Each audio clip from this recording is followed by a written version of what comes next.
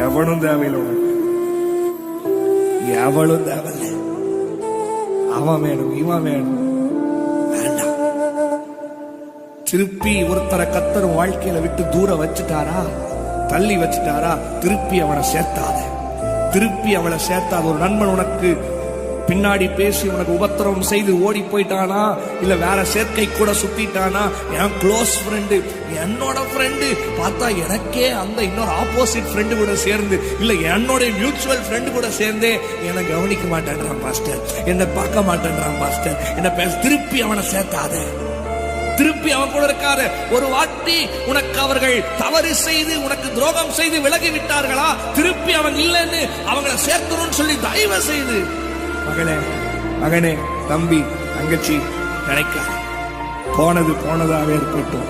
கர்த்தர் உனக்கு புதிதான கிருபையை கொடுக்கிறார். அது